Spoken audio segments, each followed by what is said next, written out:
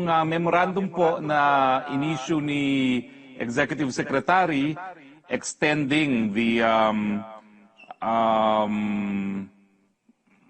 diversion of international flights intended for Cebu to Manila was issued last 5 June. No? At ang nakasulat dito po, to ensure that upon resumption of international flights to Mactan-Cebu International Airport, the travel and testing protocols approved by the Interagency Task Force for the Management of Emerging Infectious Diseases will be fully and seamlessly implemented.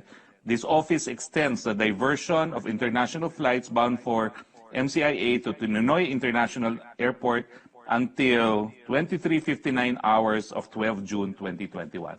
So, inaasahan po natin that on the 13th of June, the IATF protocols on arriving OFWs and OFs will be implemented in Cebu. Yan po ay according to the memorandum issued by the Executive Secretary dated 5 June 2021. Next question, Yusek Raki.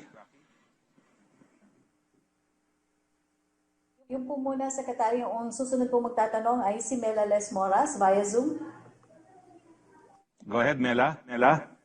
Hi, good afternoon, Secretary Roque. Just a quick follow-up about sa order ni OE ng Office of the Executive Secretary.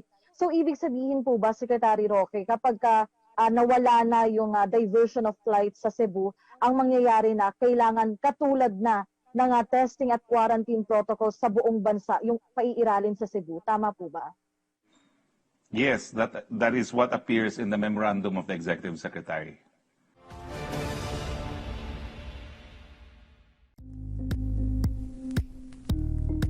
Thank you for watching Politico TV. Please like and subscribe to our channel for more videos.